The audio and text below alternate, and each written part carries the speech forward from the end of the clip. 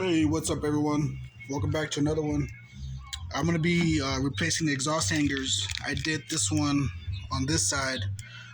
Now I'm gonna do this exhaust hanger on this side over here. But before I show you, I just want to show you guys real quick.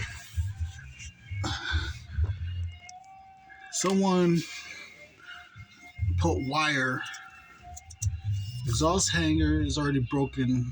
Someone put some wire just to hold it.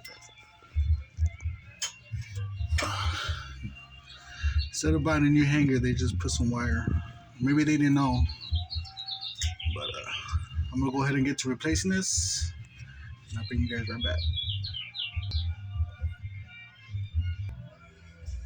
All right, everybody, got the new hanger on.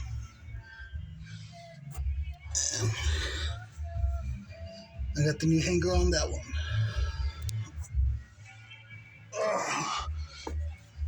So this was that makeshift hanger and the broken insulator. Here's the other one from that side. But these are the part number 17219. I got this at AutoZone.